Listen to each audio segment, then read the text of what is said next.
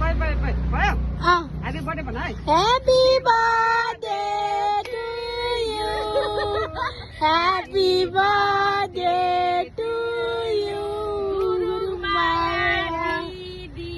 happy birthday to you अब के गर्ने खुवाइदिनु न के गर्ने रे ल मलाई पो खाएको अनि कसलाई खुवाउने त अनि तपाईँले ल खुवाइदिनु हेर बहिनीले हेर हेर्नु न त्यहाँ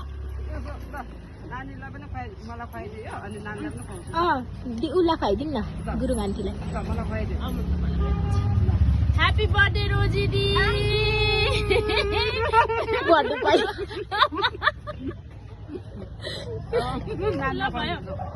नानीलाई खुवाइदिनु पाउ न अबलाई पनि खुवाइदिनु न ह्यापी बर्थडे ल्याउ म तिम्रो पनि अनुहार देखाउँछु ह्यापी बर्थडे मिठो है खाऊ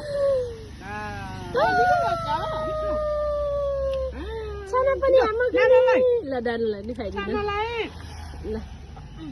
सानोलाई थोरै खुवाइदिनु तपाईँको हातले खुवाइदिनु म भिडियो बनाइदिन्छु ल